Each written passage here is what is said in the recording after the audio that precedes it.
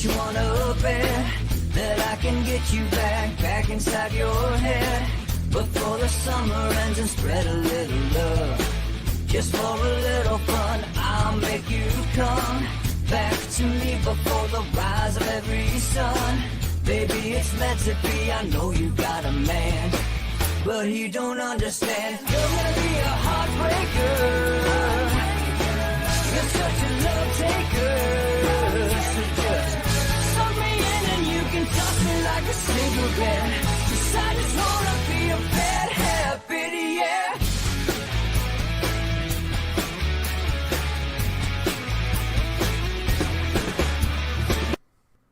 Welcome to Inside the Numbers with the People's Pundit. And now here's your host, Rich Barris. Good afternoon, folks. I'm a little bit late. All right. It was a late night. It was a hectic morning. All right. This is your best friend during those days. It's an invisible cup of coffee. Welcome to Inside the Numbers with the People's Pundit. I'm your host, Rich Barris, the People's Pundit. It is polls and primary day. Polls and primaries. You guys ready for this? We got a lot to go over in the public polling project, and we'll talk about what happened in Georgia. I mean, the simplest thing in Georgia right now, and there's always a ton of different factors that go into, outcomes of elections. But I think, looking back on our poll, the bottom line is we had Purdue's margin. We had all the other anti-Kemp candidates within the sampling era. They didn't rise at all from 12 days ago?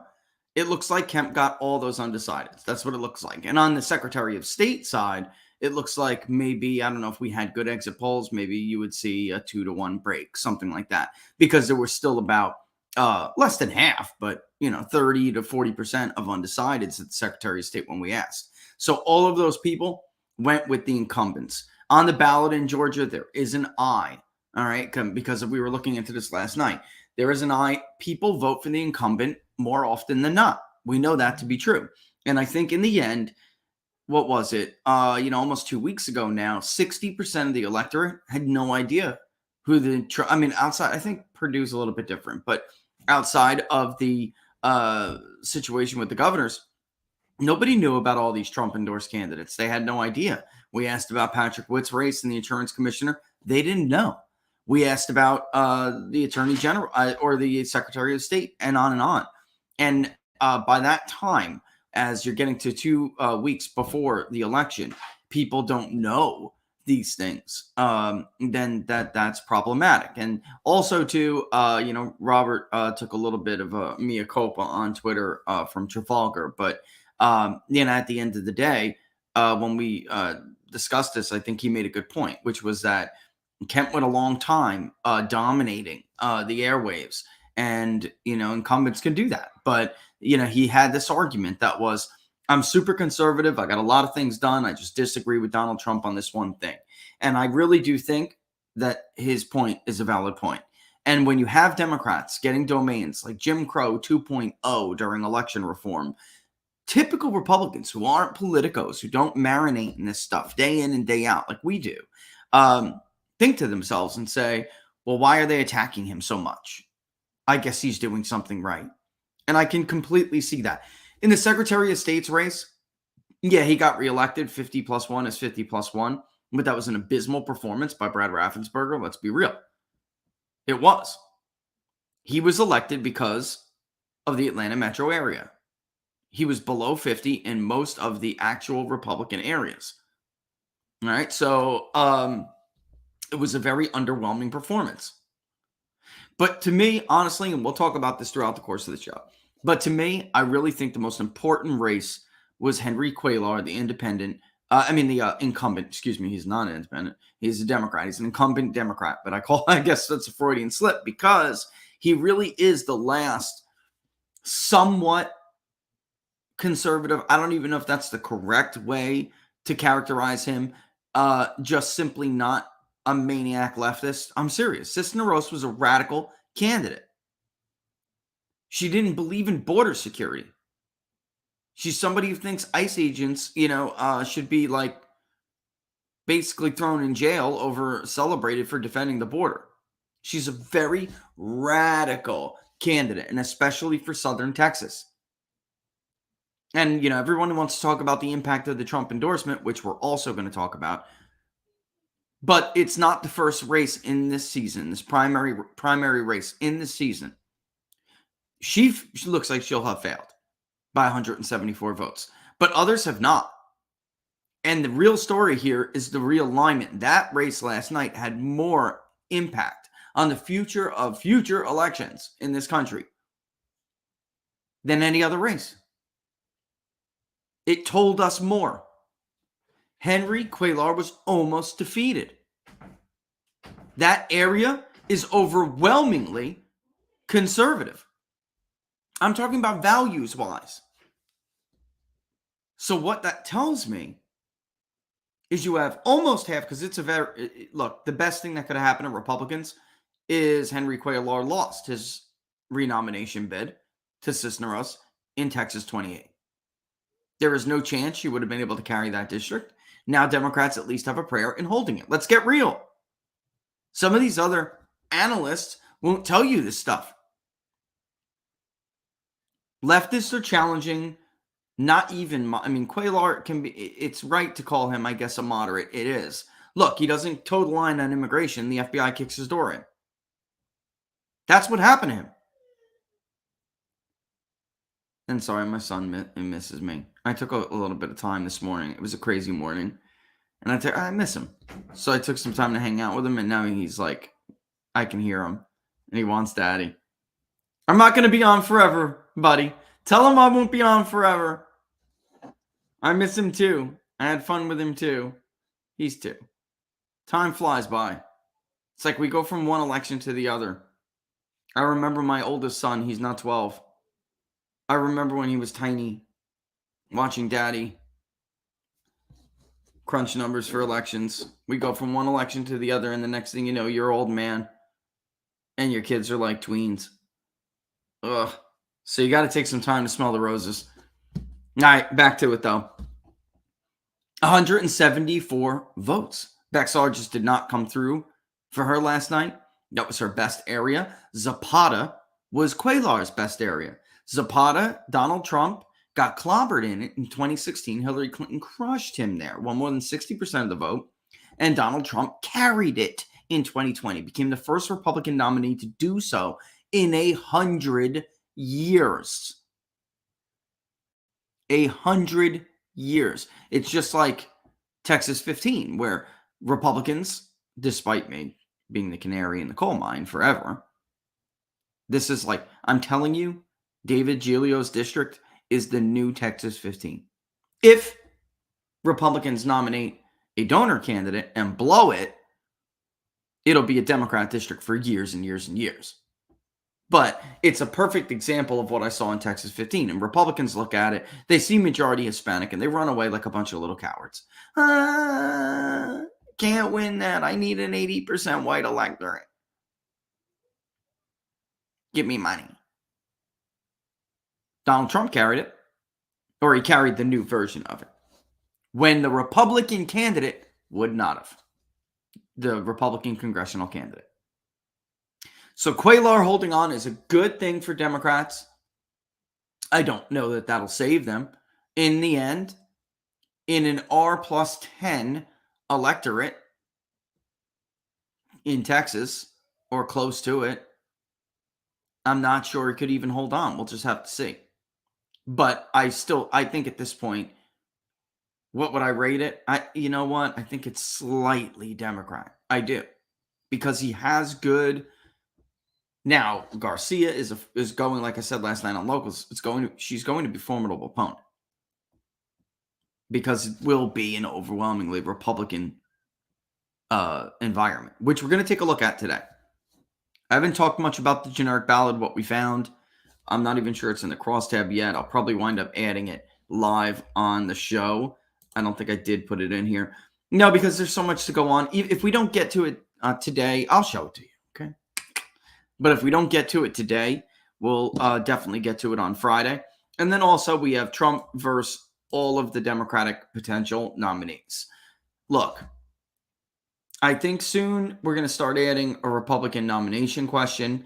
And I think soon it's worth maybe at least trying to add somebody like DeSantis soon.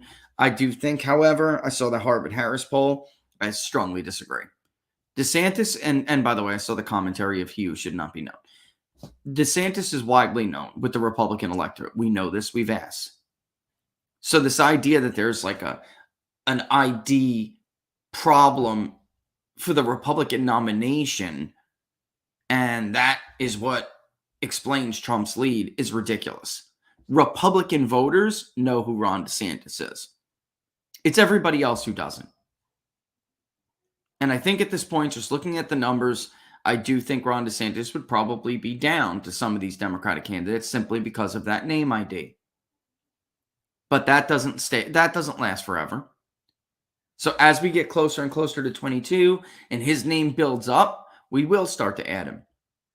But as of right now, Democrats want someone else. I'm looking at Joe Biden over the last couple of months that we've been polling him versus Trump. Some of these people have like real tight races. We do not. They're not. Look, we polled 2020. We nailed it. Joe Biden was never this weak. Never. There wasn't this chunk of third-party vote. We examined third-party vote this time really hard. And this time and those of you on Locals who looked at the questionnaire, you know exactly how we presented it to people this time. We didn't just say someone else, because I was thinking potentially this early out, maybe some Democrats are just looking at it and saying, no, I want someone else, but still a Democrat. So we said third party, some other candidate, third party. And it didn't help Joe Biden. Incredibly, him, Bernie, and Hillary are the three strongest Democratic candidates. They're all losing. And I'm saying badly. Bernie, I don't know yet. I haven't looked at it since the waiting is done. I just didn't put, it's called a multiple response variable. If we ask first, who are you going to vote for? And then we ask, okay, hypothetically, who are you leaning to? Little secret. We don't do the math by hand anymore. All right. It's a multiple response variable. It counts how many people initially picked Trump or how many people initially picked Biden. And then it counts people who said either leaning Trump or leaning Biden. And it combines those values, or leaning third party. And then does a net sum for undecided. And frankly, Democrats don't like their potential slate of candidates. Joe Biden actually is the strongest. Or at least he is in this month. Hillary Clinton and Bernie Sanders Hillary probably, she's got high name recognition. We didn't ask about her favorabilities, but to be as well known as Hillary Clinton and get trounced like this to Donald Trump, it's not a good sign. So many Democrats are basically just saying, give me somebody else. Where is our new slate of candidates? Pete Buttigieg was, I think, an anti-Biden vote. But he still was. He was one of the nominees who did rather well. He did better than Kamala Harris. That's for damn sure, right? He was the anti-Bernie, anti-Biden candidate. Before the media got together and completely for Biden, it really was a battle between Pete Buttigieg, because the voters didn't want Joe Biden. Until the media and Barack Obama pulled what they pulled, it was a fight in the Democratic nomination between Pete Buttigieg, someone who was supposedly seen as more moderate, but he was not, and then just a straight up socialist like Bernie Sanders. That's the fight. By the way, Sanders gets killed in the state of Florida. I don't even know if Florida's competitive anymore. Unless Republicans went back to the Mitt Romney era, I just don't see that Florida's competitive. Cubans and Venezuelans cannot stand the Democratic Party. Period. Trump is... Listen to me. I'm going to say this now, and this prediction will stand, and you can come back and throw it in my face 2.5 years from now. If Donald Trump is the nominee, Donald Trump will carry Miami-Dade. Full stop. I'm going to say it again. Donald Trump will carry Miami-Dade in the 2024 presidential election if he is the presidential nominee. Without a doubt. I am certain. And take that to the bank because I'm right. All right. So, so it'll be interesting when we take a look at these presidential matchups, how weak these Democratic candidates are. They're very, very weak. It's just where we're at. I think overall people are, they don't have to deal with Trump on social media anymore, doing what he does, right? And the media taking it and being a headline every day. All they have is the memory of Donald Trump and this pain in their wallet.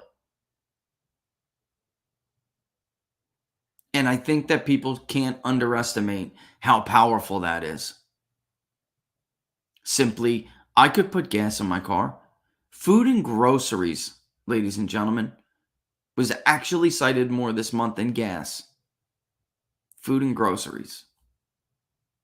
The other major concern on top of food and gas is the cost of housing, whether it's rent or a mortgage.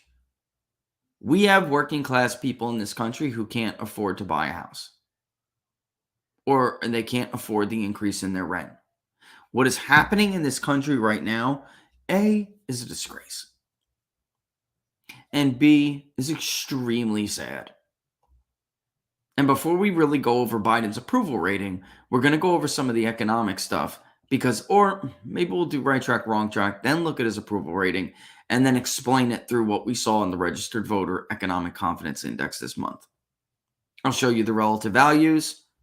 You're going to see the actual raw responses. I have a positive, neutral, or negative view of current business conditions, current employment conditions, expected business conditions, expected employment conditions, total family income in the next 6 months. I'm going to show you the raw numbers for them. Then we'll show you the relative values, which then are in turn used to calculate the index. There has been a significant development this month in the registered voter economic confidence index. Something happened that we have never seen before. Now, I know the index is rather young, but like I said on Locals yesterday, I think we need to put a pin in this month and remember it, because this stands out to me as very significant for this index. It wasn't designed to do this, or at least it was designed to resist volatility, and it was designed to separate people's perceptions about today and the future. And a convergence is significant. But wait. All right. Let's take a look at the right track, wrong track. I'm going to want to show you by party too. I can show you the graph, but I want to go to the crosstabs here because I want to show you by party right track, wrong track. All right. First of all, yeah, I know it's difficult to see. I'll zoom in a little bit. Yeah, let's zoom in. Okay, is that better? That's a little better. Okay, you guys can see that a little bit better. I can zoom in one more. There we go, because I don't want to lose it. Just so you all know, the May 2022, we interviewed 2,526 registered, but in the end, likely nationally, through peer-to-peer online, and it was obviously conducted by Big Data Pulse. Survey sampling is 2.1% at a 95% confidence interval. Results are weighted to represent national voter file demographics to include gender, age, race, and region. It is important to note that sampling errors for subgroups are higher. All right, I sometimes don't really push this enough. All right, also, really quick word before we go into this in full. There's another company that this is MarketSite. You guys know it. You love it. But I've been thinking about a way that I could really display this to you better than just these monster crosstabs and then going in and using Everviz to create some of these charts, especially for the trackers. What if there was a dashboard online? And MarketSite has dashboards. They're just not, honestly, they're just not very good compared So like for public consumption, they're good for like us and certain clients, but they're not good for public consumption. And to append data sets is huge. So like over time, me trying to show you Biden's approval over time in one data set would be ridiculous. So there is something else. It's going to be expensive, like 10 grand a year expensive. But if there's a way that it works so I can show you guys the dashboard, I'm copping it because it's really cool. And if we do come to, I'll give them a hat tip if we do come to an agreement on that. All right, right direction. Generally speaking, would you say things in this country are headed in the right direction, or have they gotten off on the wrong track? Everyone has their own way of saying this a little bit differently. This is how we have always asked the right direction, wrong track. A lot of people just say right track, wrong track. We have always said right direction, wrong track, and we're just going to stick with what we know and what we stand by. 22.9% said the country's headed in the right direction. 70.1% said the country is headed on the wrong track. All right. And I want to show you party, so I'm going to make it bigger. 7% are unsure, have no opinion. You'll notice that men are slightly, more positive than women. That is important because right track, wrong track is absolutely a predictive indicator. All right. Does that mean women are going to break hard for Republicans? I don't know, maybe. In what we're seeing, we haven't seen women and split among Republicans and Democrats since 2010. The last time it did at the presidential level was 1984 with Ronald Reagan.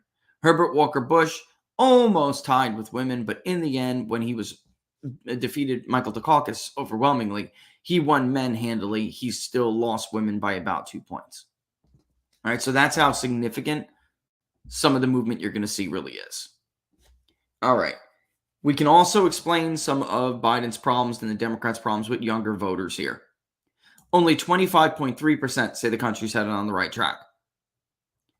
As it gets a little bit older, working age is a little bit more positive, but as you can see, it still sucks. 62.7%, it's actually more negative with that working age. It's a higher wrong track than with younger people who are more undecided. The older you get, the less undecided you see. That is very typical and has been for a long time in our polling. 45, 64, 76% say they're off on the country's off on the wrong track. This is big because this group has actually started. It used to be once upon a time one of the strongest groups for Republicans. Obviously, they want older voters. That's what you always heard. There is a sea change. COVID, something happened. Also, I think you're just seeing some of the more liberal, younger, indoctrinated people from the era, now get older. And they're, once upon a time, what's his name? McGovern people were the 65 plus as soon as far away as 10 years ago. And yet they were the most conservative voting group in the electorate. Something else has happened here. I think it's a matter of more educated, right? There's a higher number of people. They're also less white for sure. They're more educated Asians, et cetera, that are getting older, and they're just less favorable groups to Republicans.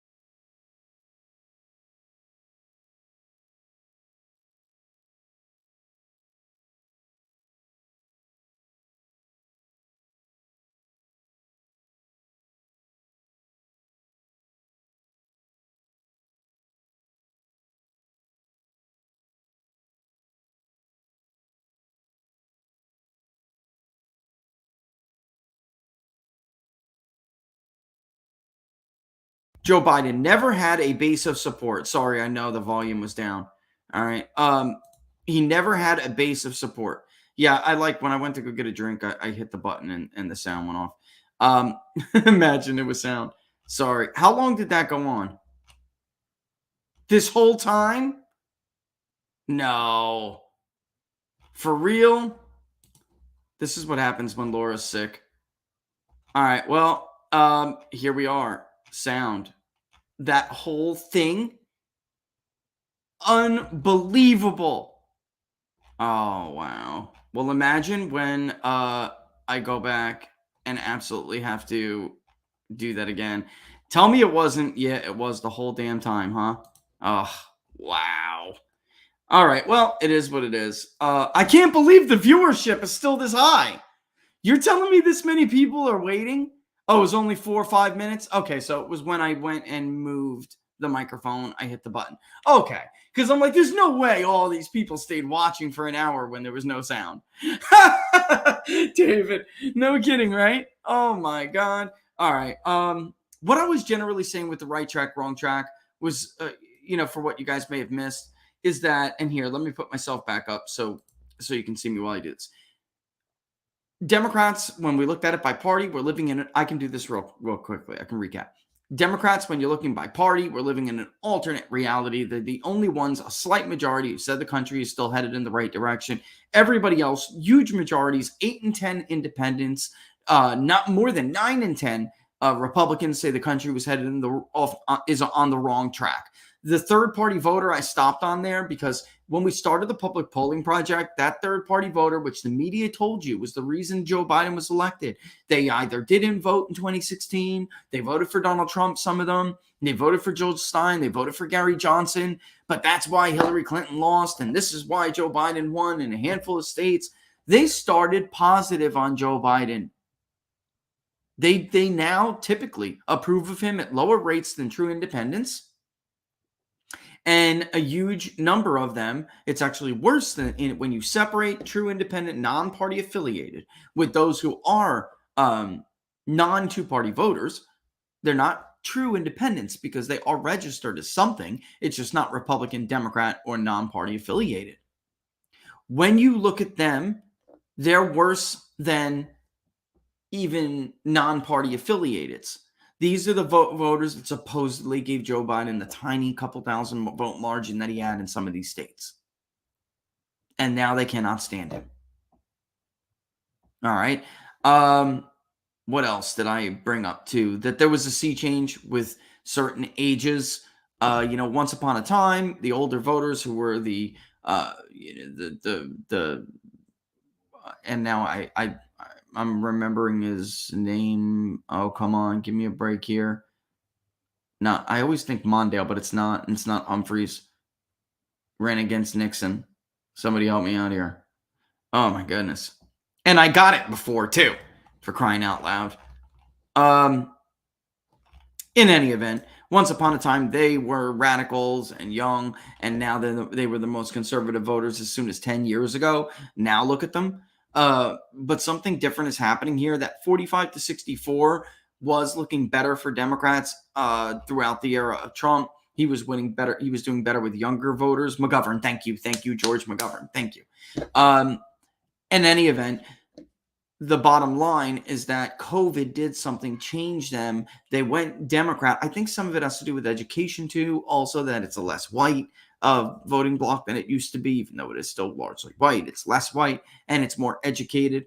And I think that, whatever you want to call it, indoctrination, whatever. But now they're starting to really get, they're being put off, or at least those that are persuadable are being put off. And now they're leaning more to the right again. When you have that 30 to 34 age group that is really,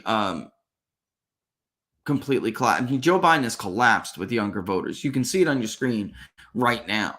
He's barely at 40% with 18 to 29, and he's barely above 40 with 30 to 44. And actually, let me scoot over a little bit, and you'll see what's going on now. 45 to 64, 55% strongly disapprove. Seniors, see what I mean? 50.3 strongly disapprove. we're getting into an area where some of these groups, and let me see if I can go into maritals, all these other ones, areas and regions. Let's look at it by area first. Joe Biden's approval by area. And by the way, look at rural and suburban in the right track, wrong track. Even in the urban areas, more people think we're headed in the wrong track. All right. But it's not as pronounced, of course. But when you look at suburban, 49.8% strongly disapprove the job Joe Biden's doing in suburban America. In rural America, 60% strongly disapprove. And then they're in the teens with somewhat disapprove, which just puts them ridiculous. What immediately jumped out at me was, holy crap, Joe Biden's disapproval is now 60%. It's really 61. It's 60.5. And then the Reuters poll came out last night. And we have him at 37%. They have him, I think, at 38 or 39. And his disapproval is at 59.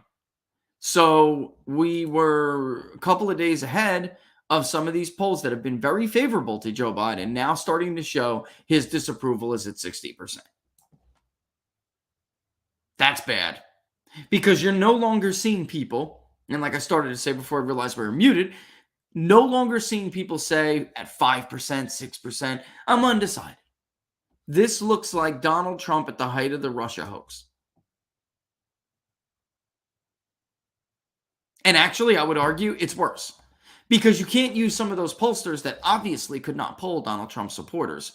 You know, when we compare the trend with Joe Biden, his approval over Donald Trump's, very clearly, Trump's approval rating was better than most polls suggested because they sucked at predicting elections.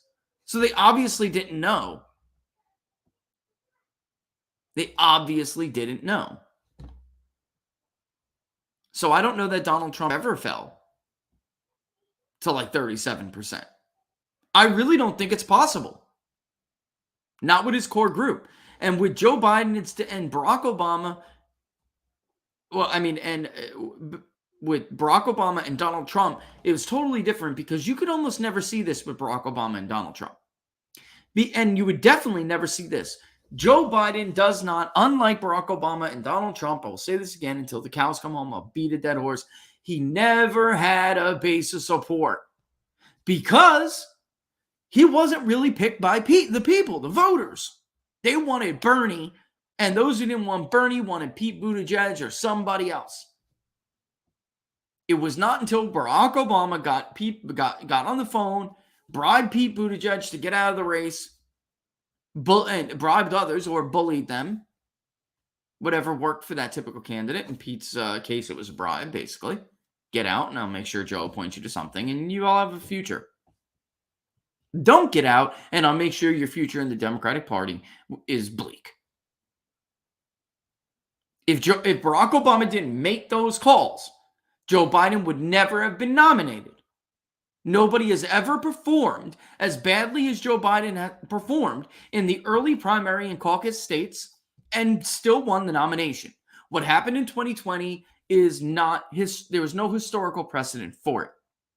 When Barack Obama did that, and the media had a little over 2 weeks to convince the voters through their media channels, to convince the Democrats who still watch them, that Bernie Sanders was unelectable and that you had no choice but to go with Joe Biden. That is not the creation of a solid presidency. His presidency was a fabrication. That's the truth. And never were there large chunks of voters who said, oh, yes, I absolutely love Joe Biden. Even when his approval rating in our polling was 58%. And you can just see here, just so people know, we did have Joe Biden doing very well. As you can clearly see. His approval rating was over 54% in our polling.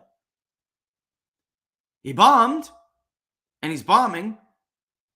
But even when his approval rating was at its height, it was not because 40% of voters said, I strongly approve. He really never got above 25 to 28% who strongly approved of the job he was doing. The rest was always soft, somewhat approved support. He has no base. Unlike Barack Obama. Unlike Donald Trump. So it's easy for some people always ask me, what's the low here? Well, let's look at it by party, okay? And let's get rid of this. And let's look at it by party. Let's look at Joe's approval rating by party. Let's look at it group first. And then we'll look at it separating those third-party voters that I was telling you about. Independents and third-party voters combined, he is at 27%. 7.2% of independent and third-party voters strongly approve of the job Joe Biden is doing. That's it. The percent for Republicans is nearly within the sampling error. Nearly 6.2% of Republicans approve of the job Joe Biden's doing. That's it. This is a significant decline from the beginning of the public polling project when he was at 54%. If you remember, he was in the low teens with the Republicans. 14. We had months like that. Remember? And with COVID, we had months where almost 20% of Republicans approved of the job he did on COVID. I don't know where people are getting these positive COVID approval ratings for Joe Biden. It is his best issue, but it is still nevertheless, and he's negative. Look at it by party detail. Look at his strongly disapproval rate among that third party group that supposedly won him the presidency, 5.2. That's what drags down. Among non-party, the strongly is only 7.6. Now, no base. Let's go back to no base. 38% of Democrats strongly approve of the job he's doing. That's it. 43.1% somewhat approve. You will notice this month that Joe Biden, I told you there were cracks a few months ago in Joe Biden's core group of supporters. There were in educated voters, in black voters, definitely in Hispanics. That's been underway for a while. I wouldn't even call Hispanics his core group, a core group of Joe Biden's. I would not. All right, so 11% now, 11.1% of Democrats somewhat disapprove of the job Joe Biden's doing, and about 6% or 5.8 strongly disapprove of the job Joe Biden's doing. His disapproval rating now is 17% with his own party. 17%. You'll notice over half, 52.9% of non-party affiliated voters strongly disapprove. That's what's putting him above 60. Or at 60.5. It's sampling error is 2.1. So let's give him a little bit of a break. It could be that he's at 58. Ipsos has him at 59. By the way, it also could be that he's at 62. That's how sampling errors work. But let's give him the benefit of the doubt. This is abysmal. And we're not, before we move, because I don't want to run out of time here. It's already 112. Let's look at his economic numbers, which is about 35%, 35.5%, roughly. All right. With over 60%, about 62% disapproving of the job he's doing on the economy. And basically none undecided, 3% undecided. If you look at this by party, it's a horror. This is a horror for him and for Democrats. Because I want to look at this. Oh my God. All of the congressional leaders, if you haven't seen it yet, check out the congressional leaders indexes because they're absolutely horrible. They all took a hit. Kevin McCarthy, however, appears, Chuck Schumer. He had the steepest increase among people who strongly have a very unfavorable view of him. He had the steepest increase, yet still some of the numbers for Mitch McConnell and Nancy Pelosi, Kevin McCarthy is not as bad as that, but he is at a point where I don't know how you turn it around. Because now only 22% say they don't know who he is, down from 30, round 22%. And most, the vast majority, the lion's share of them went to very unfavorable. So, or I would say not the lion's share of them, but the lion's share of people, that percentage shift, that change in the percentage. It's bad. All right, I'm trying to get the actual, because I'll pull up the link and give you guys the link to check out. You can play with the tabs and go back and forth if you want to see the trends. I'll put it in every comment section right now. Here's the trend for YouTube. Congressional leaders favorability ratings. Congressional leaders favorables. I just wrote favorables in the interest of time. Okay. You can go tab by tab to see who is which leader you want to look at. Locals, you have this, but let me just send it to you anyway. There we go. All right. That's favorabilities. You can take a look at that. And Rumble. Coming, Rumble. I'm coming. Getter. I'm coming. Don't worry. There's that. Rumble, you got it.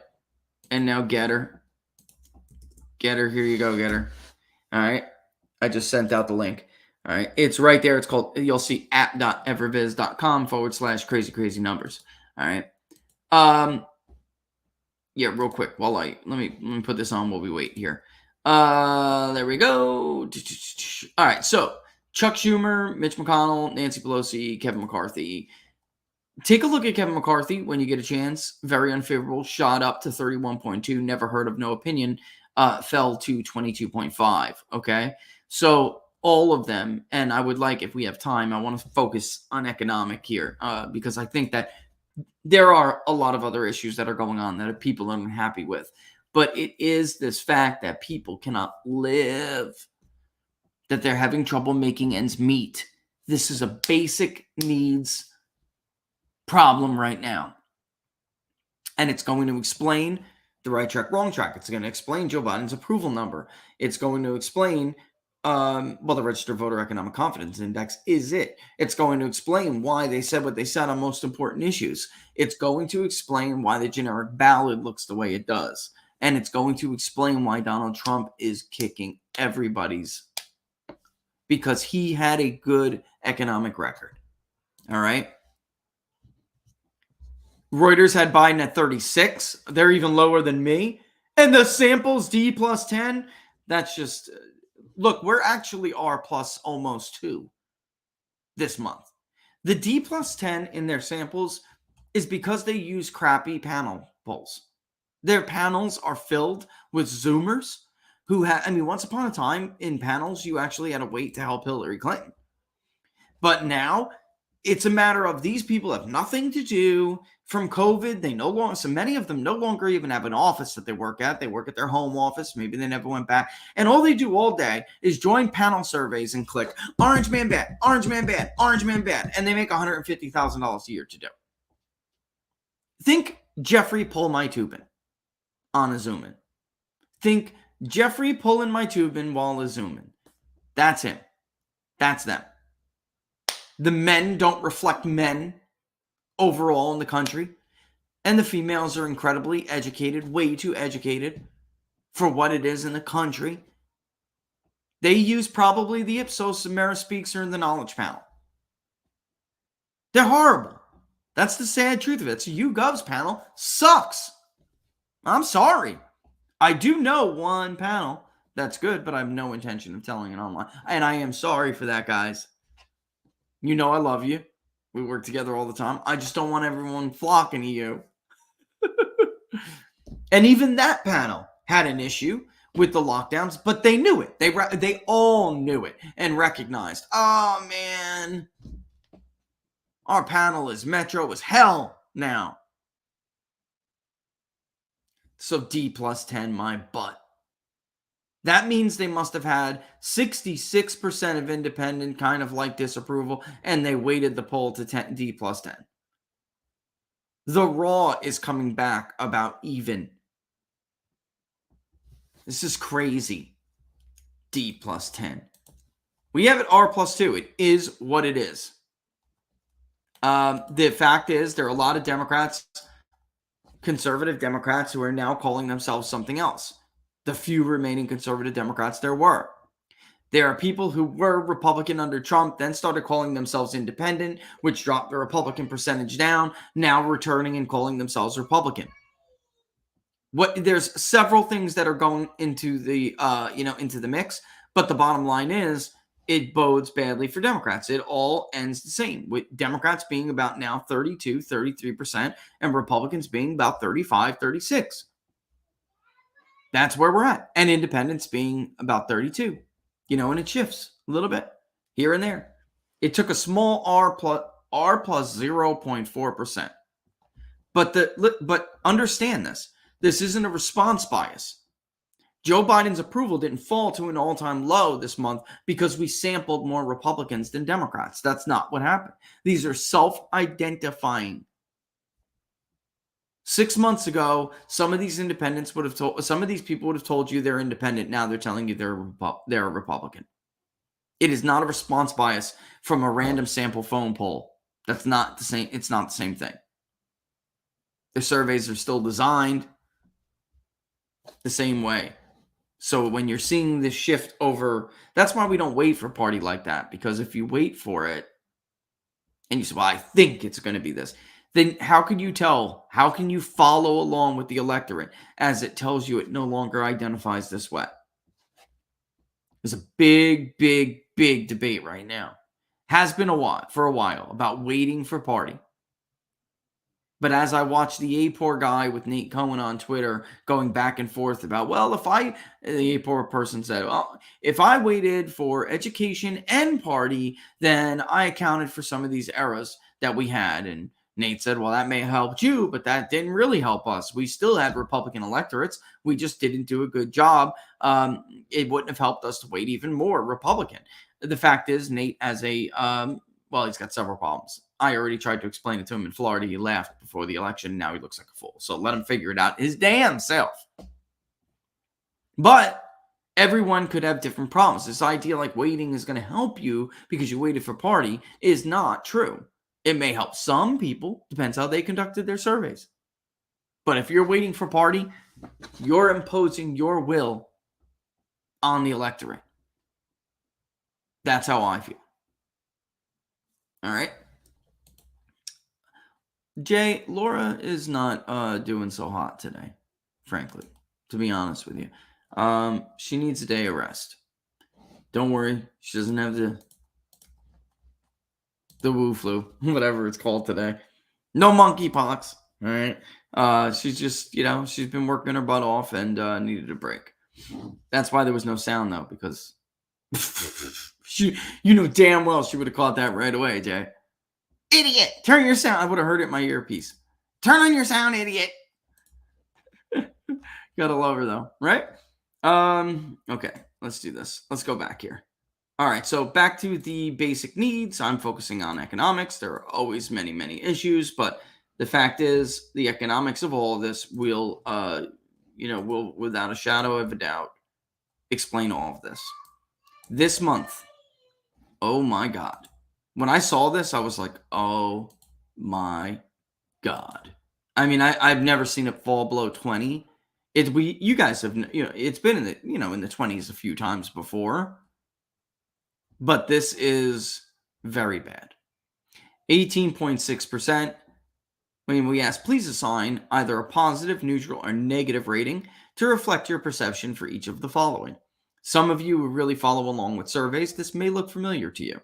It is the Registered Voter Economic Confidence Index for a reason. It is designed like the Consumer Confidence Index. The only difference is that we're only looking at registered voters because we're going to, over the course of like 10 years, see whether or not this has more predictive value than the CCI from the Conference Board. We don't use 1985 as a baseline because we weren't around in 1985. And I don't really think you need to do that for relative values anyway. Current business conditions is what we're asking about, and only 18.6% of registered voter universe had a positive view of current business conditions. And how we would say it, I started to show this to you guys differently this month on the crosstab so you can see exactly how we present it to people. We asked them, to assign those values, and then this is what they say or hear. Views on current, present business conditions.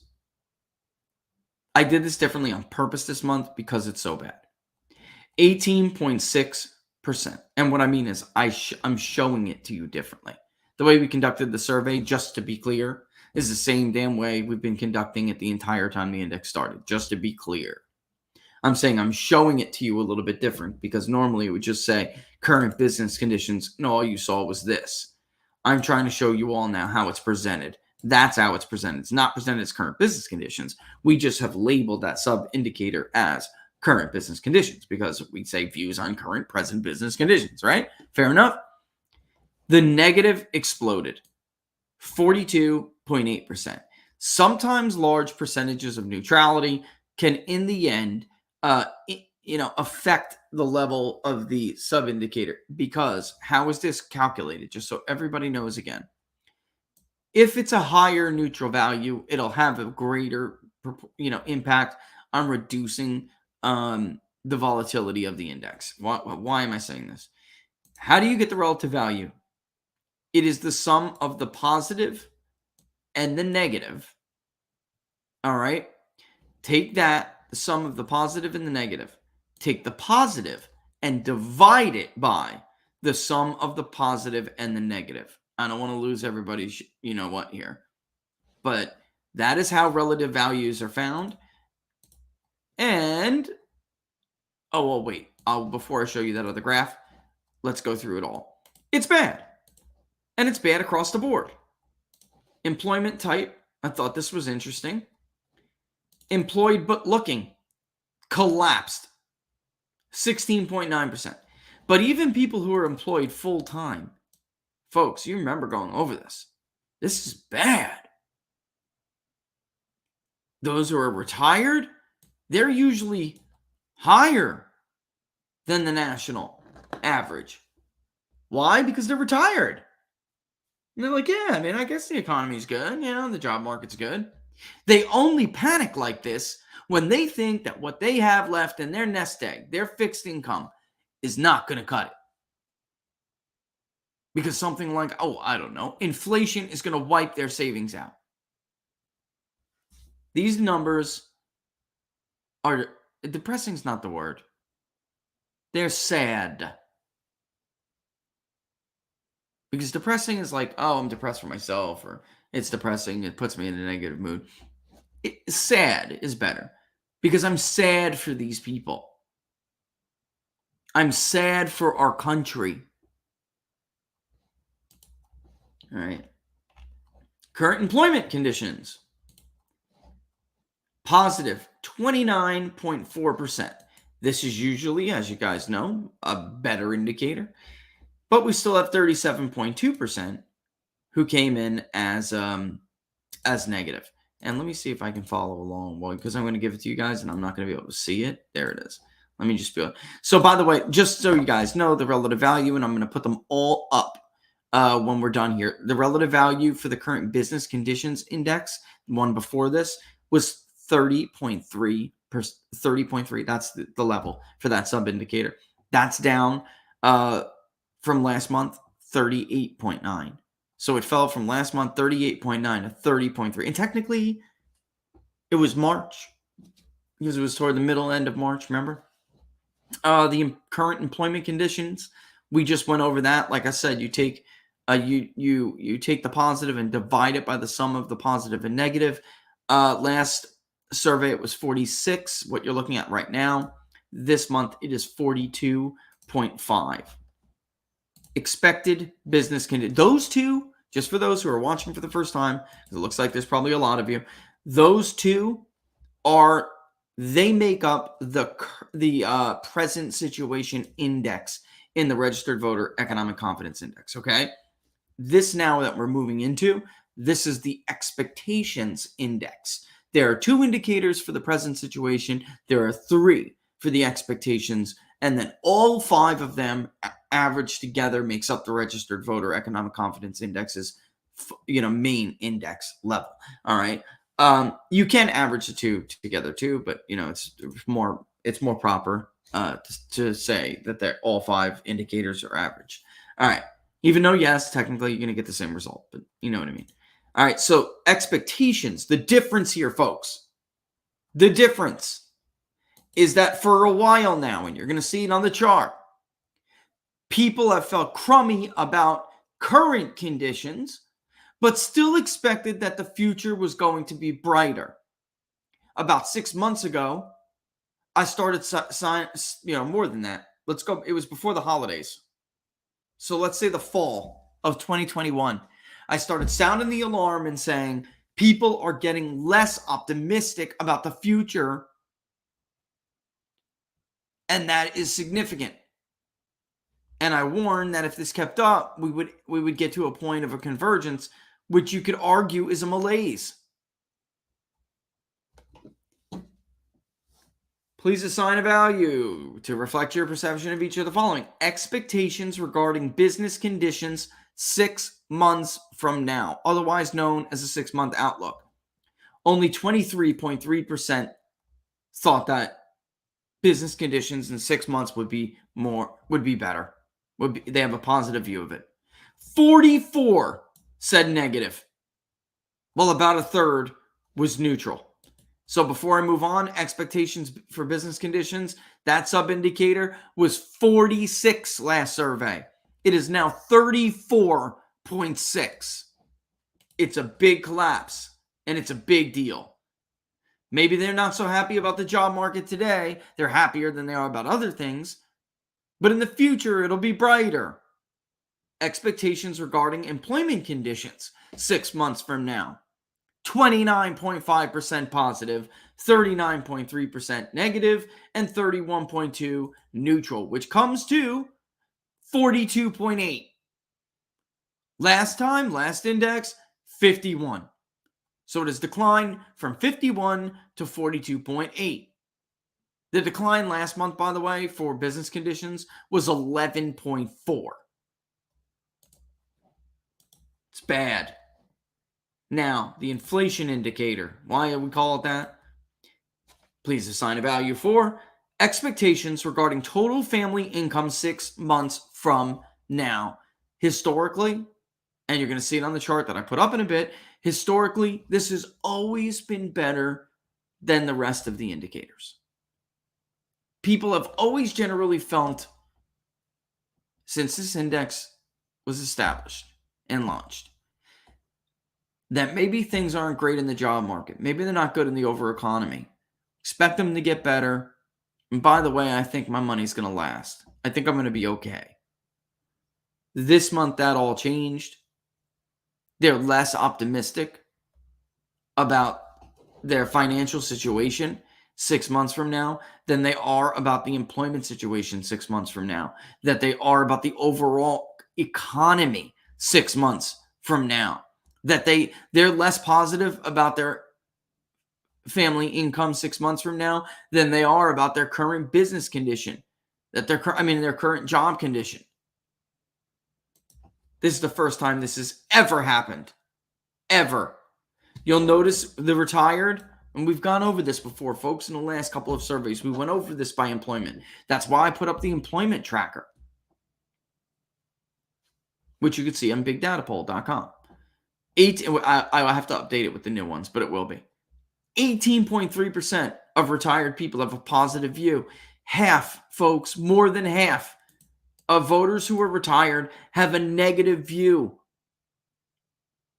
Expectations regarding total family income 6 months from now. 52.7% have a negative view. You might notice that all the more vulnerable people of our society have the most negative views, feel the worst. All of those that certain people claim to champion have the worst view, are hurt the most by what's going on. Here's the overall index components. You can see over months. The latest is on the top. Again, terrible. Current business conditions, the first column, fell from 38.9 to 30.3. Current employment conditions, 46 even to 42.5.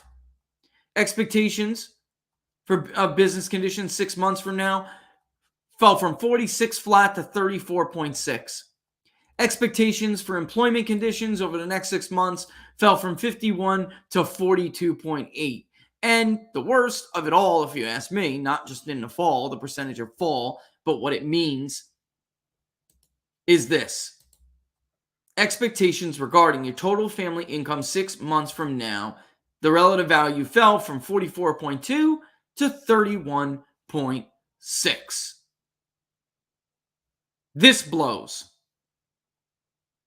Why? Because I'm telling you that I think this is a malaise. Why? Because they converged this month.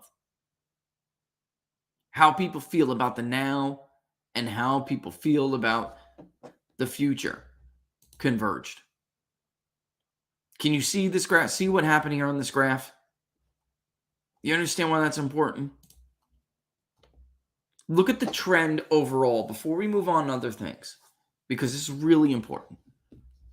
Look at the trend. Look at generally what this index has done over all of this time. The gold solid band is the overall index level. The red dotted band, short dotted band, is the present situation subindex. How do you feel about today? You can see that it's generally tracked lower than how people felt about the future, which is the blue dot and dashed long dash line. The expectations index has always been higher up until this point.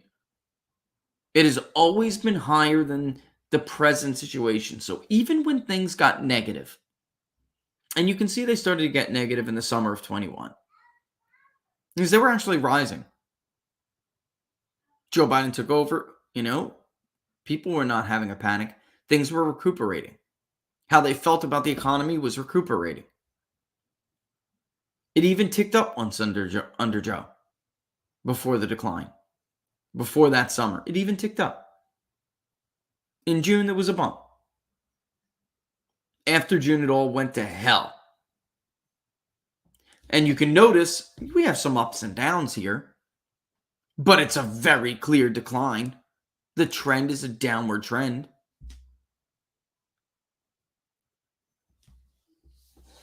How low can it go? I don't know. It's a young index. All I can tell you is that it was designed to make small corrections. It was designed to avoid volatility. And it was designed to give you an impression of how people felt now versus how they'll feel. So, generally speaking, if people have hope, the engine, the economic ingenuity engine that makes the American economy so dynamic, so sound, so strong, as long as there is hope there, then that engine will keep humming along. We'll have our good times, have our bad times. But the greatest presidents recognized that was a unique part of our national identity and our national economy. And if you just get the hell out of its way, it will do amazing things.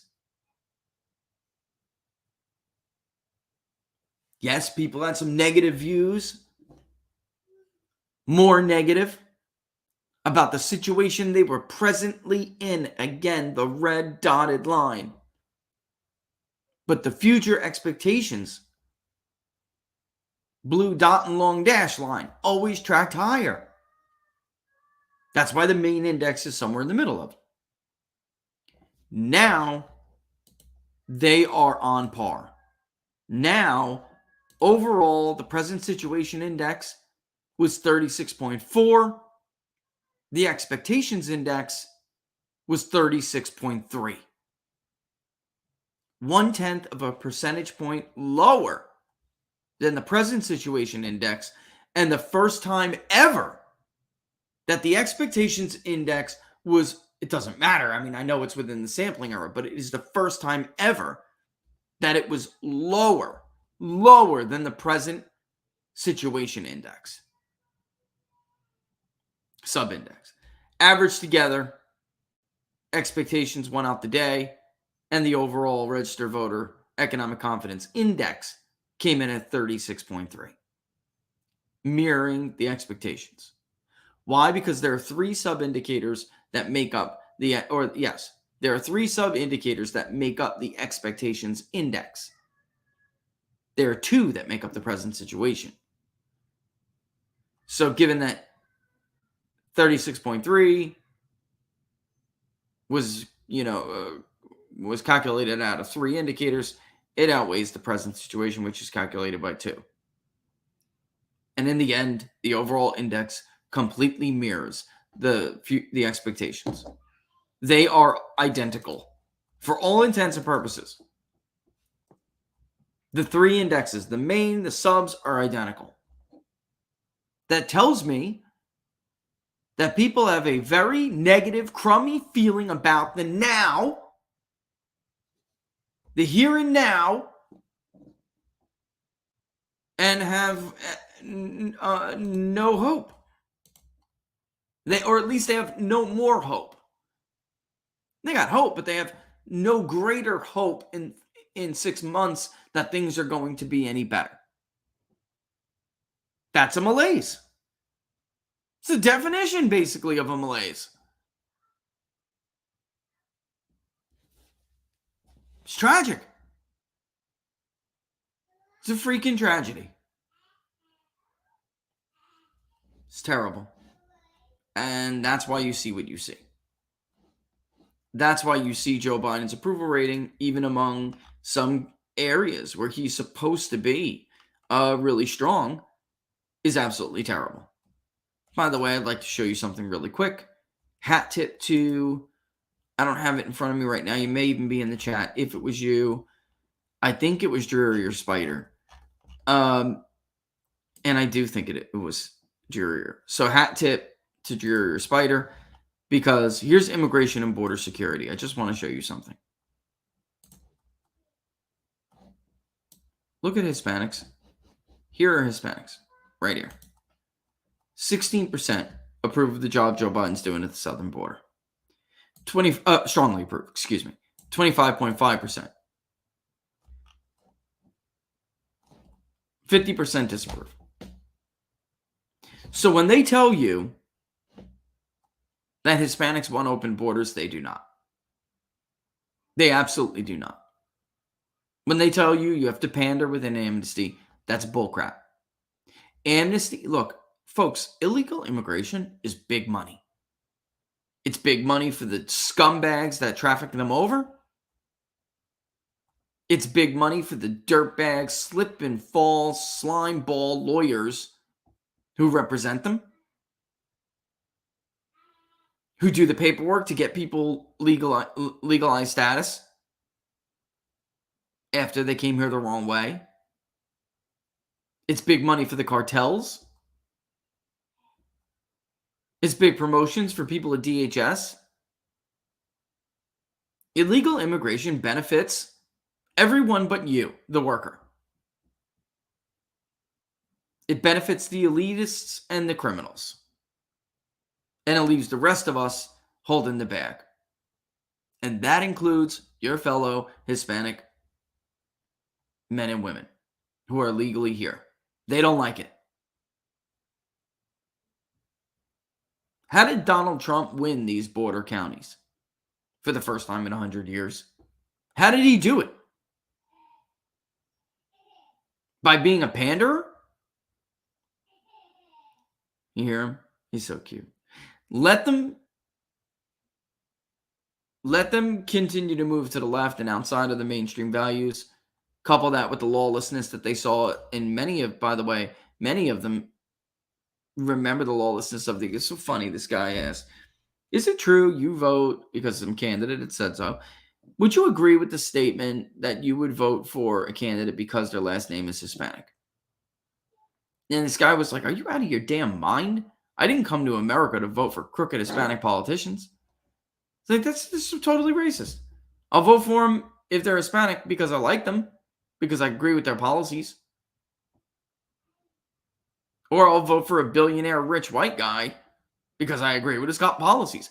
The South Florida poll, Miami poll, leading up into the election that Robert and I went over in depth on Inside the Numbers before the 2020 election. These idiots at CNN, you know what it is? It's the masculinity factor, especially with Hispanic women. They just like to be abused by men. They like to be screamed at by men. It's a masculine society. They need to be given orders. Whoa. When in reality, if you looked in the damn poll, it was simply a matter of they agree with Donald Trump on every single issue. And that poll was granular, boy. Trade, specific, sophisticated issues. Load. Like, how dare these people? But whatever. If you're a Republican, you got to say, keep it up. You know what I mean? You got to be cheering that they just keep it up.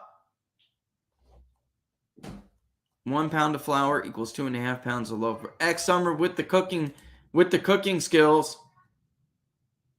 With the cooking skills. Booyah. Yeah, we're going to look at some of those abortion responses, of course, by race. We had a lot to put into this survey, ladies and gentlemen, just to show you. Okay. Here are the demographics. All right. But we still have the social bias indicators. I got to make them pretty, of course. How comfortable or uncomfortable are you telling each group of people about your political beliefs? This is how we track potential social desirability bias and who is more susceptible than others. Those will be out soon. I really think, and I know it's just a silly matrix formatted question in the interview, I really believe that these social bias indicators are going to change everything we know about survey research. Or almost, it's going to, this is going to revolute what we find over the course of, 6 more months. We'll have some data from 2020 and some leading all the way through 2020, 2021, and then leading up to the 2022 elections.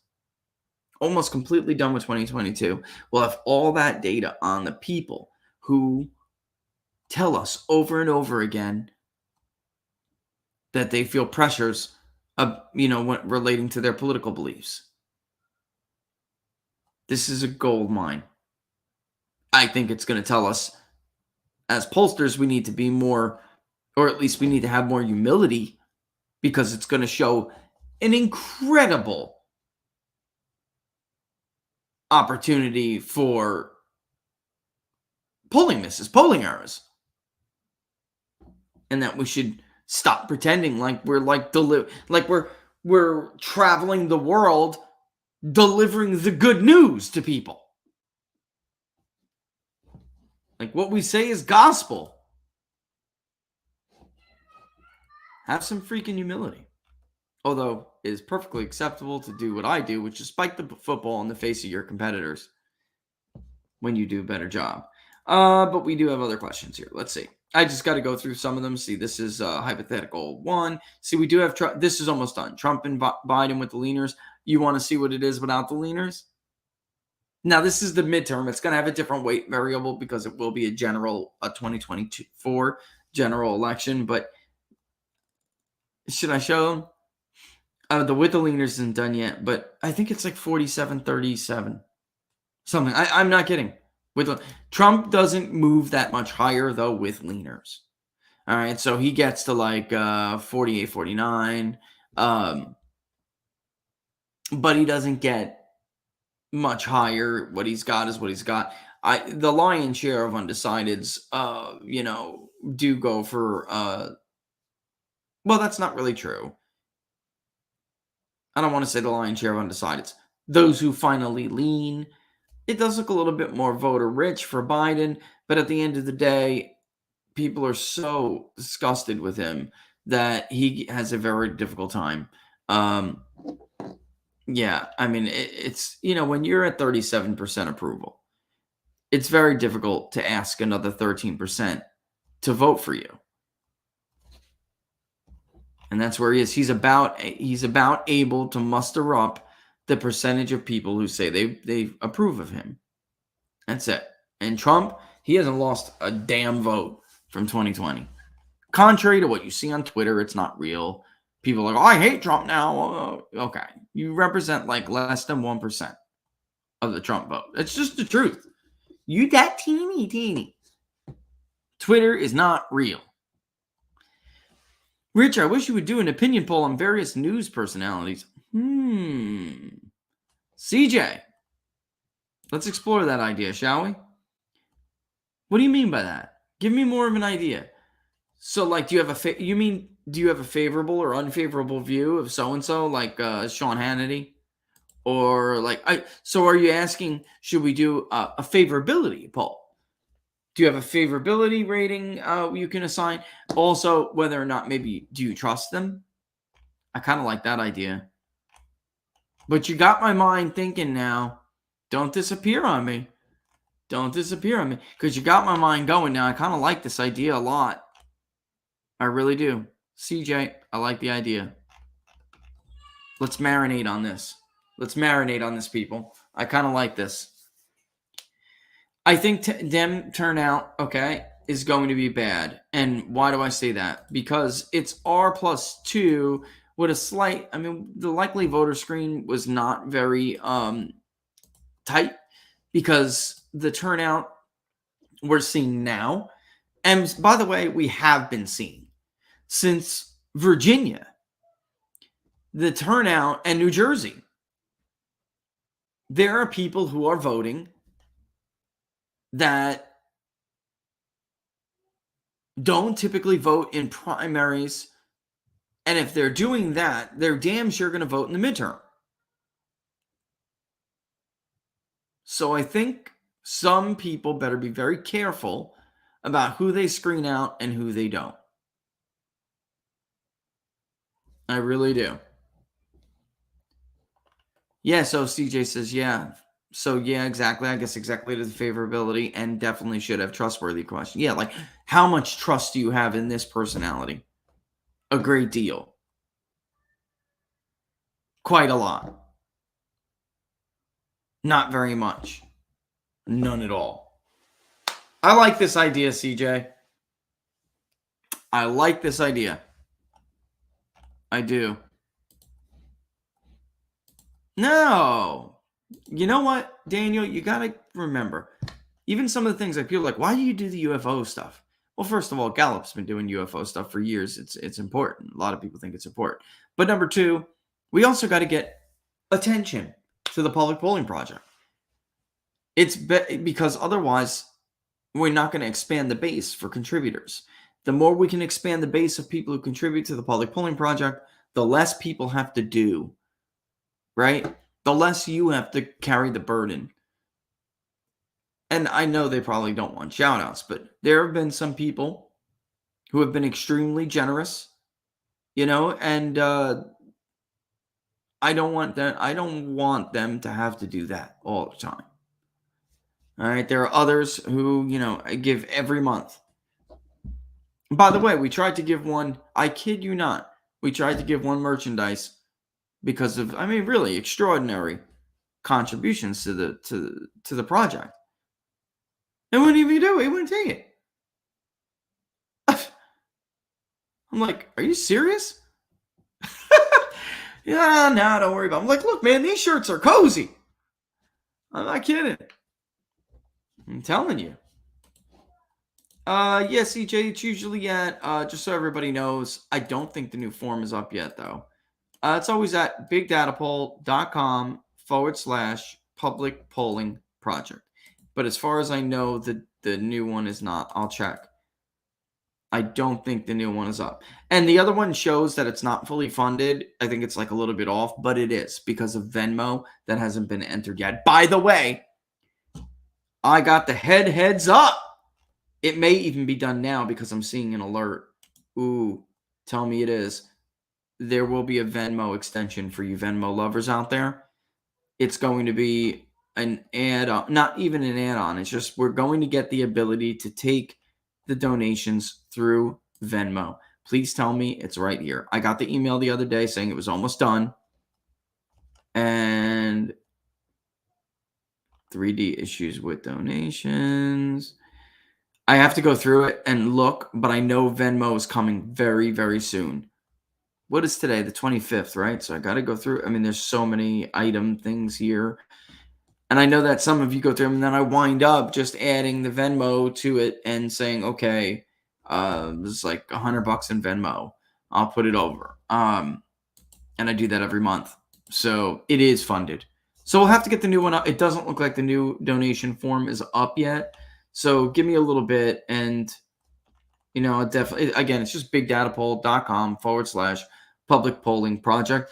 As soon as we get off, I'll re-up it. All right. Because I do see a couple of you joining in and say, yeah, we have to.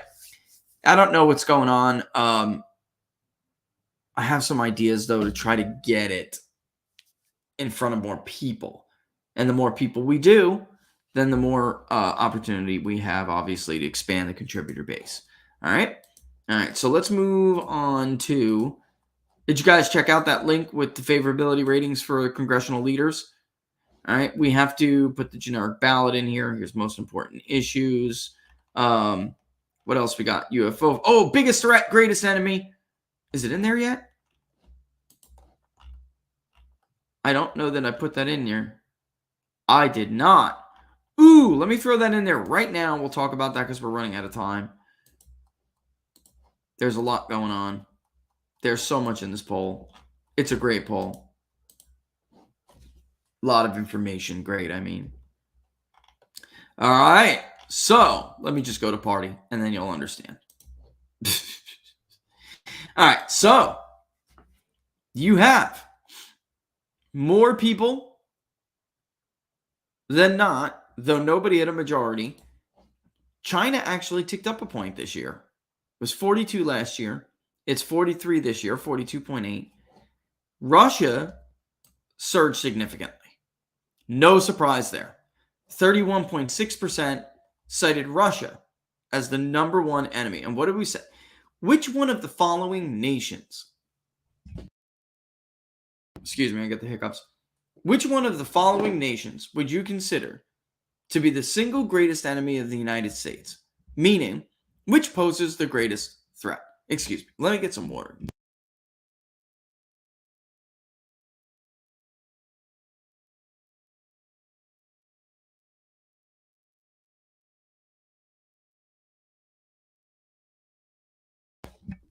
Another. All right, anyway. It's like 1, 2, 3. Hold your breath. Maybe the hiccups go away.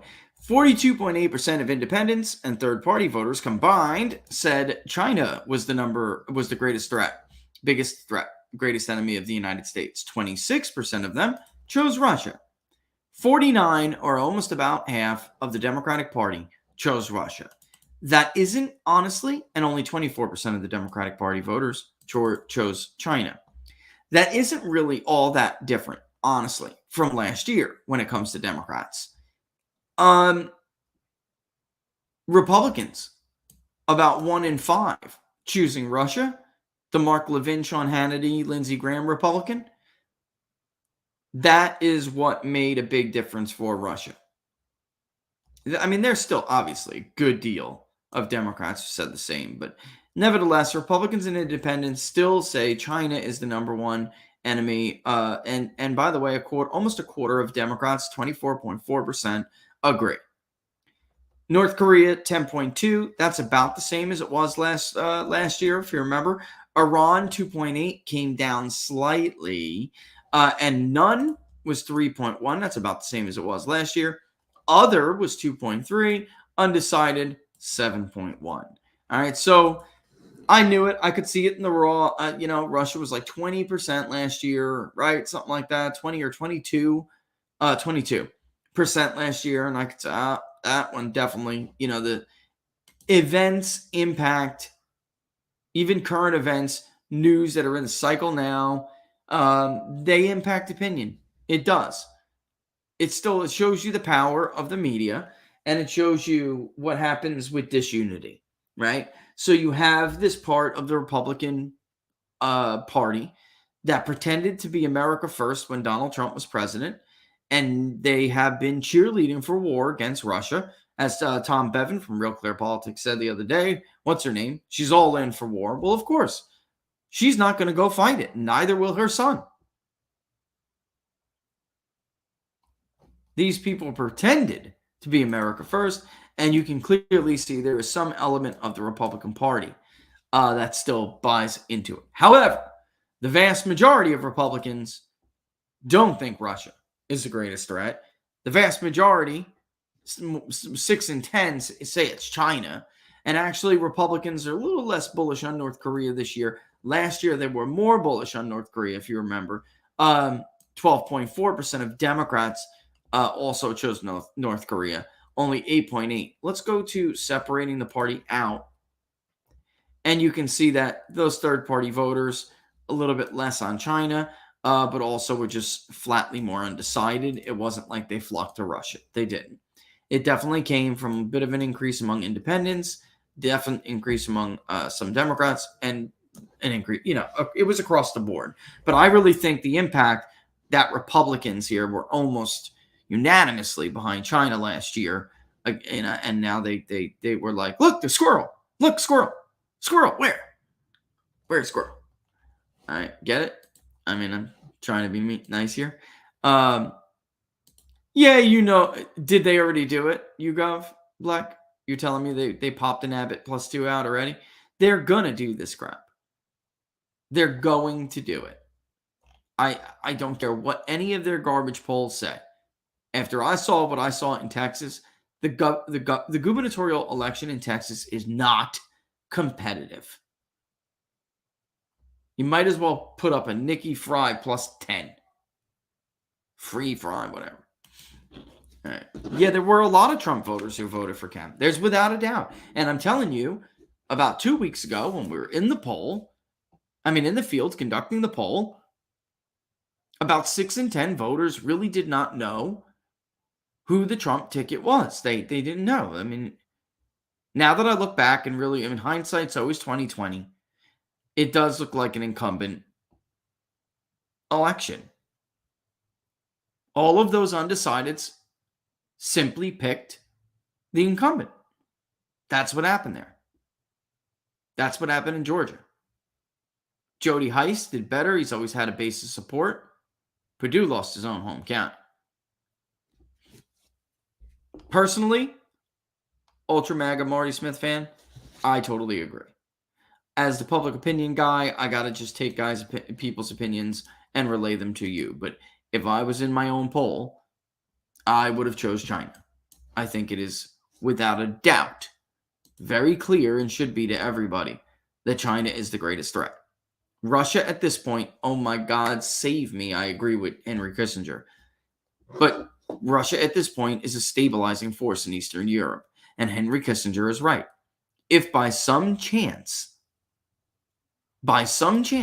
Russia were to fall or even lose and, destabilize in their Western Front, our Eastern Front, it would destabilize and nobody in the West would be able to fill the void that Russia fills.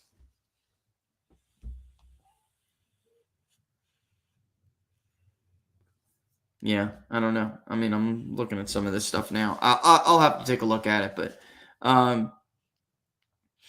where did we have Kemp up? We had Kemp up more than 4 against Abrams. I think it was 6. We had Perdue up by 3 or 4 against Abrams. But Kemp was my concern, however, is that you can clearly see I was right. About 25% of the Republican electorate in Georgia does not like Brian Kemp. I'd be very concerned about 2 things. One, the fact checkers are so full of crap.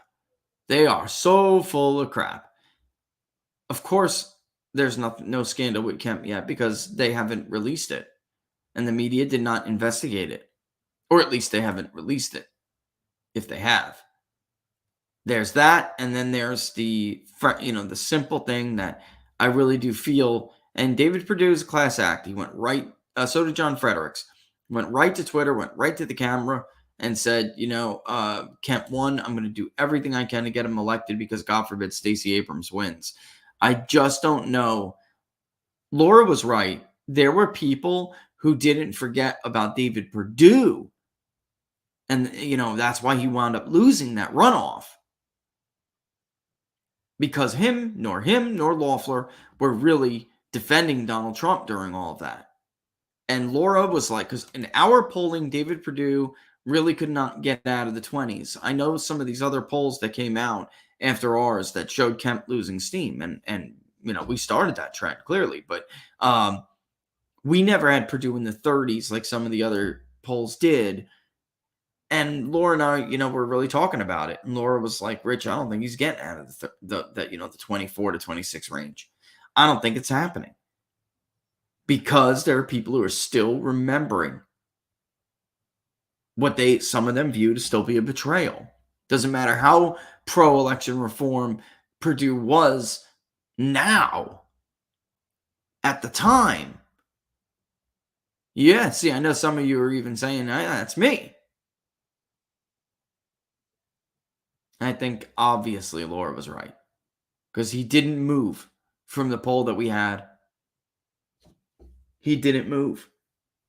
We even had Candace Taylor's in the Senate race. We did well with all of the loser candidates. And I don't mean the loser. I'm not being mean. I'm just saying the losing candidates, their vote shares. We did well with that. It just looks like every undecider went for the leaderboard.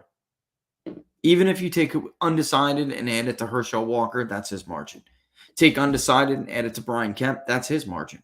Take undecided and add it 2/1 to Raffensperger, that's his margin. And they did not at CD Media release the results of the insurance commissioner poll with Patrick Witt against King and Cowart because there were so many undecideds, a lot. 60% were still undecided. But Patrick Witt and Ben Cowart only got a few undecided votes. CJ, I don't know what the hell happened. And I got screenshots. I don't want to feed conspiracy theories. I'm on YouTube and I have to be careful. But I do have screenshots. It wasn't only that county. There was some serious screwy tabulation stuff going on last night. Really screwy. And the very first one, I was like, it's crazy. And then after that, who would think to take a screenshot, right? And CJ is asking about Apley. Apley came in, showed initially, and it wasn't just Apley. Early vote that had Kemp in the 60s. The first round was not good. The second dump was good. The election day vote came in. Purdue pulled ahead. That was going on in Apley and other counties, and Purdue was at 52%, falling fast. Kemp. And then every single county vanished. Some came back with different numbers. Others did not come back immediately. It was weird. And then over the course of the night, Appling kept reporting 0 votes for Kemp, 0 votes for Purdue. They were clear. We got that API issues. That's what we got. That's what we get all the time.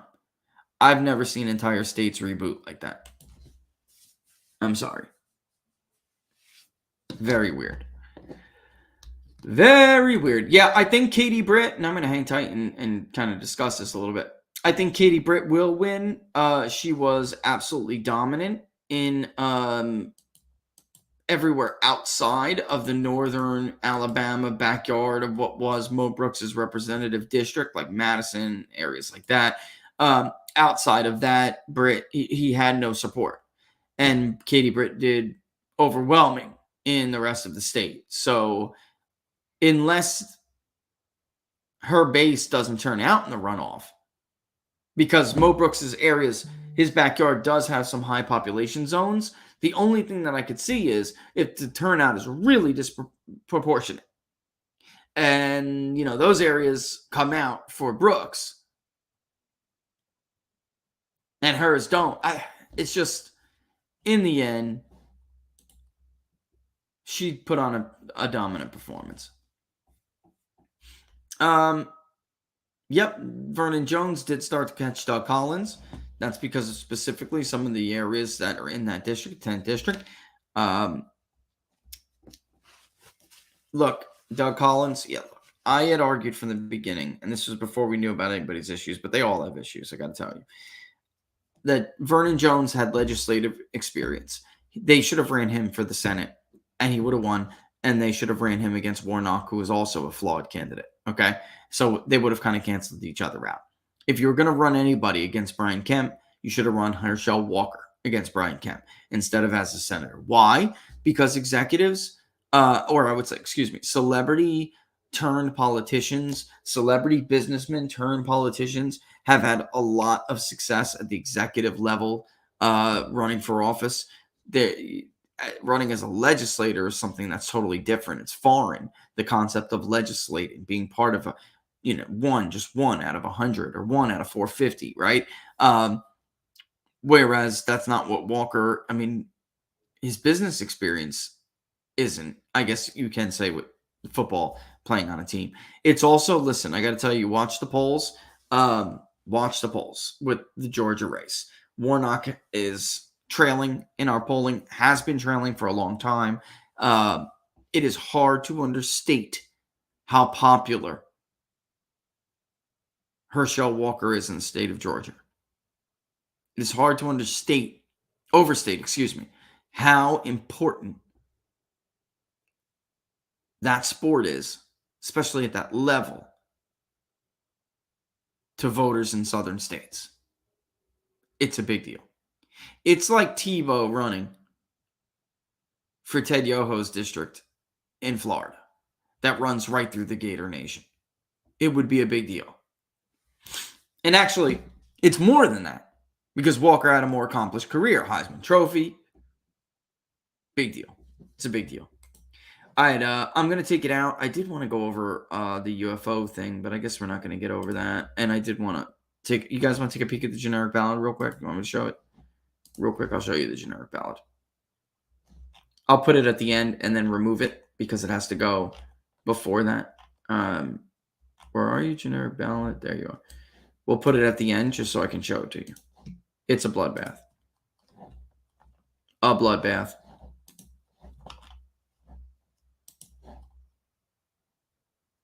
Booyah. Republicans have a huge lead. I don't know where these people are coming up with R+1, D+5. This is crazy. Crazy. The only hope or bright spot for Democrats is that so many women are still undecided. But it looks like Republicans are going to tie with women. When these women decide, it'll be even. Meanwhile, men are overwhelmingly 15-point margin going for the Republicans. Let's do this by region. Let's do this by area, which is even more illustrative. Overall, for people who can't see, it's 46.6, rounded obviously to 47. Republican candidate, 37. Democratic candidate. It's R+10. The generic ballot is Republican +10.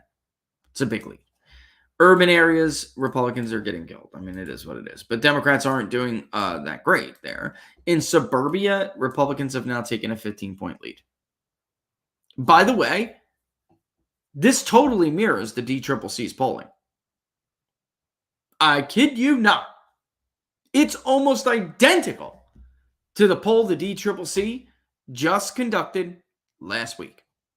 It was R+9. So somebody's right, somebody's wrong. Oh, crap, you haven't seen that. There. Sorry about that. Somebody's right, somebody's wrong. Let's look at it by area, okay? You can see it clearly by area. It's a bloodbath.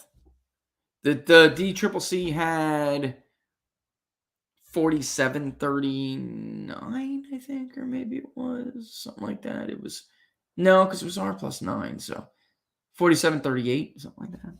I'd have to go and look, and then I'd know the margin exactly, but it's a big deal. It's a big lead.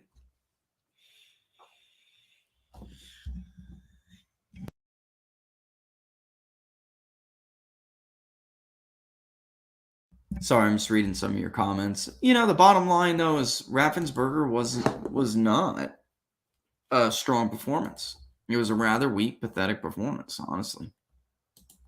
But yeah, generic ballot is is a big deal. It's a big deal. All right. All right. So with that in mind, I'm gonna go. I gotta go write up a statement. Oh my god. Oh my god. Listen, I look. I'm not even being impartial here. I will not comment on the race. I will call it as I see it. But I think you all know that I very absolutely. I mean, first of all, I at this point consider him a friend. He's a good guy, and if anybody, some of these Trump endorsements have kind of baffled me a little bit. If anybody deserved that endorsement, it would be him. Um, but I just reading something that's a positive development for him, and that's good. But I'm telling you guys, if you don't follow him, give him a follow on Twitter, social media, whatever. David Giglio. It's no a secret at this point. He's why? Because sometimes they're just good people, like good people. It's not whether they're Republican, Democrat, Independent. They're a good person. And they're in it for the right reason. David is in it for the right reasons, and the rest of those in that race are not. The other GOP guy, one is, almost a non-issue at this point. But the other one is McCarthy's buddy and a donor candidate. Because he gave money, he got McCarthy's support. Even though David had been knocking in the ghettos of the for a year. Excuse me. Not. They say they want to reach out to these Hispanic voters, but they really don't. At the end of the day, all they care about is money.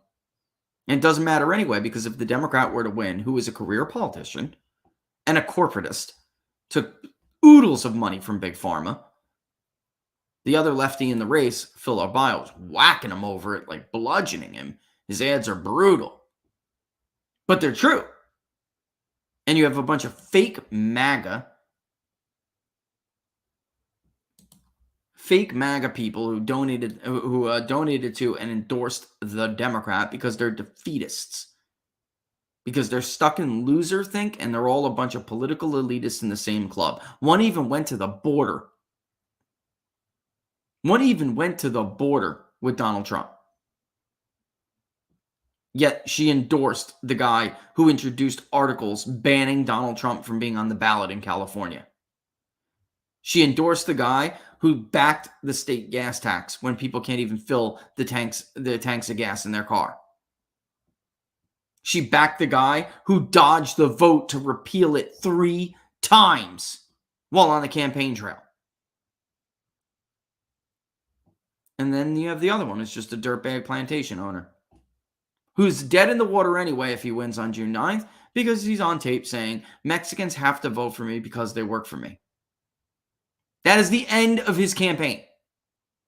The end of it.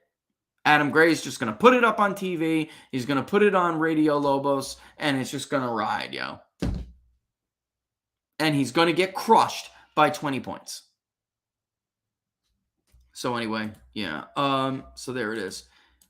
Got to send it over to Sagar, who wants to, and Crystal, who want to see the UFO stuff.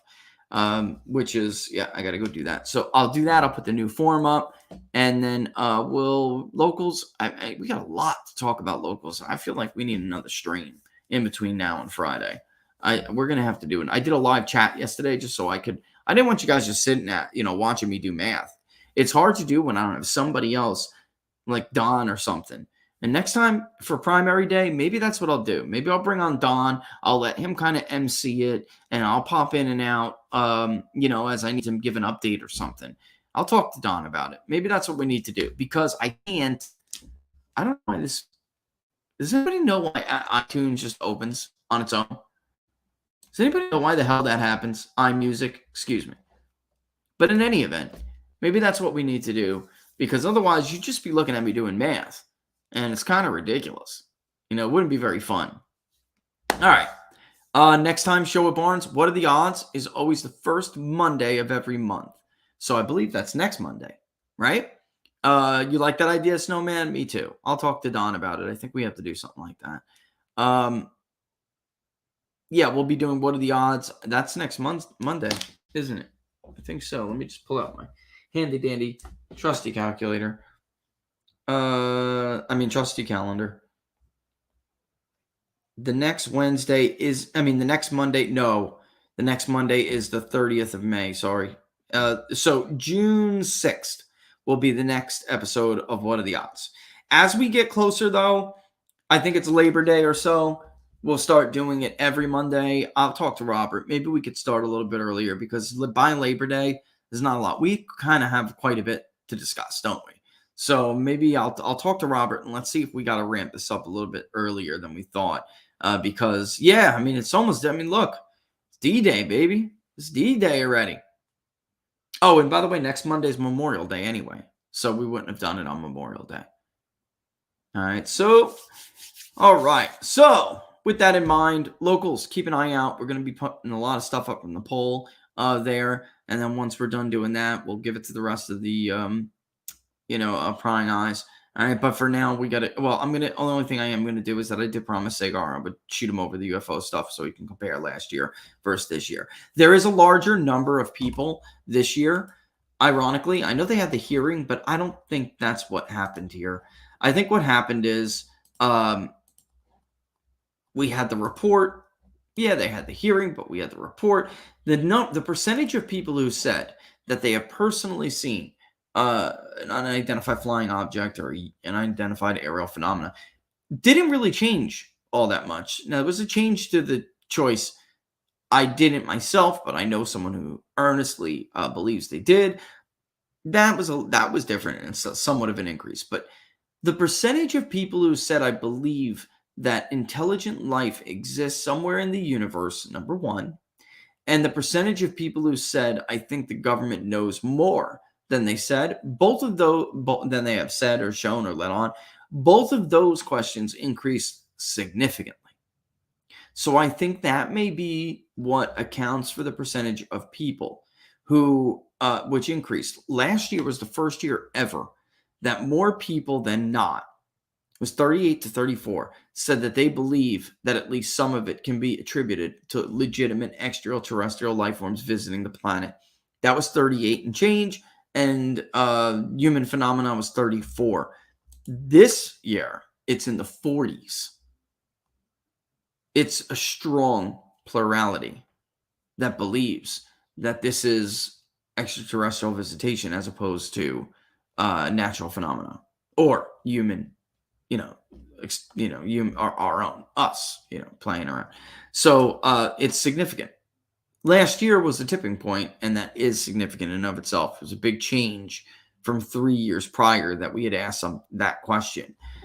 This year, I was curious to see if this would keep going or if it would fall again. Was it just due to the reports and what was in the news? And it did not. It rose again. So this is interesting to see. But it's a once-a-year question. It really is. Just like Greatest Enemy, that's a once-a-year question. CJ, I'm in love with the idea of asking about at least, certain people.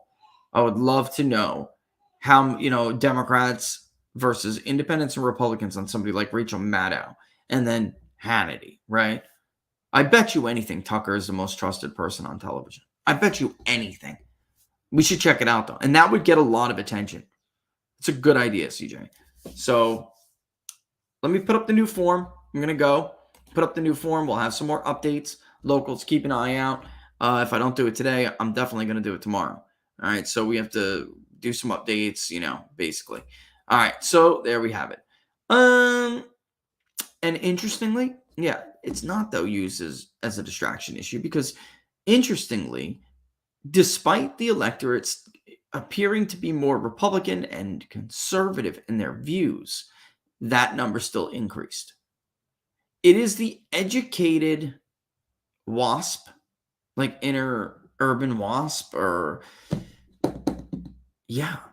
and the educated white non-believer who's also a non-believer in this. It's a strange. According to the media, evangelicals are backward, Christians are backward, and they don't expand their minds. And what would happen if there was, aliens? Their brains would break. That is not what we're finding. Again, for the second year in a row. It seems like it's like not all also those who think that there's no life forms out there. Also, locals, keep an eye out because soon we'll have some graphics. I think I'll share the options with you and you can help me pick them. Ultimately, I'm going to make the decision. I'll be honest with you. But I would love for your input. We have a book club graphic I am ready to put together. And we also have, I don't know why iTunes keeps opening. I don't like it. We have a book club graphic and we have a graphic for the public polling project. I may ask him to make an inside the numbers graphic as well because this is getting old to me personally. Yeah, college educated non-believers, Snowman. Yeah. And I mean non-believers in everything. They're like, they don't believe in anything. They don't believe in extraterrestrial life. They don't believe in faith. Weird, right? Weird. And it does seem that some Jews are less likely to believe than Muslims in some areas. It's really cool. Check it out. And we'll go over it. All right. I'm out like trout. Let me give a special thanks to the Bowen Band for the theme song, Bad Habit. I'm going to take us out with it. And don't forget, if you like the show and you're watching on YouTube, don't forget to subscribe, sign up, hit that notification bell. That'll let you know when we're going to go live. However, you never know when I'm going to get vaporized and thrown off the damn platform. So you should definitely sign up at Rumble, the People's Pundit Rumble channel. All right. And while you're there, give us a little rumbles, little pluses. We'd love it. Rumble automatically lets you know when we're going to go live. So you don't have to worry about a notification bell there. Follow me on Getter at People's Pundit, on Getter, on Twitter at People's_Pundit. You can watch too on Getter. If you are on Getter and you're a follower on Getter, you can watch, chat, and everything. It's up streaming live right now. But of course, the best way to follow and support what we do is to sign up at Locals, peoplespundit.locals.com. It's below me on Rumble. It's also in the little button right there, but it's all in the descriptions, whether you're looking on Rumble, you're looking on Getter, you're looking on YouTube. It is all in the link below. All right. So give me a few minutes with the new form for the public polling project. For those of you that asked, just keep checking it. Give me like maybe a half an hour tops, and there'll be a new form up. But with that, I'm out. We're having tremendous growth on Locals, not only in the last week, but this month, which is great because as some of you know, who I've been, basically trying to get API work from, if we've discussed it, it ain't cheap between the graphics and partnering with Decision Desk and getting the stuff that we need to run a dynamic show with awesome lower thirds and updates automatically fed. So you guys can see while I'm crunching numbers what I see. It's not going to be cheap. So for those of you who are signing up on Locals and becoming supporters, you're helping us to do that. And we love you for it. The bottom of my heart, we had big time growth this week alone, but the entire month has been fantastic. And Laura and I couldn't appreciate it enough. All right. I hate goodbyes. I'm out. As Laura would say if she was here, deuces.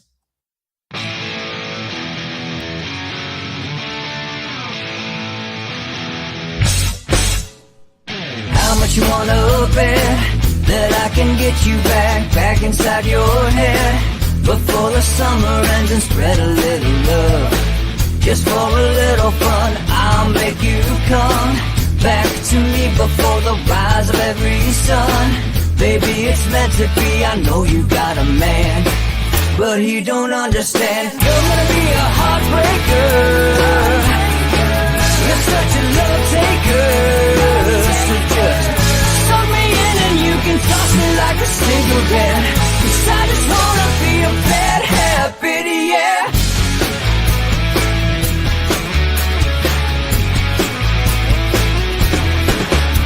There's rhythm in our love, it's impressive, excessive. You can't make this stuff up. My chest beats, it's restless, wakes the neighbors up above.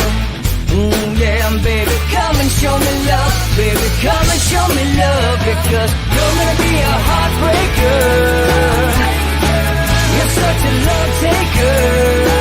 So just suck me in and you can toss me like a cigarette. 'Cause I just wanna be a bad habit.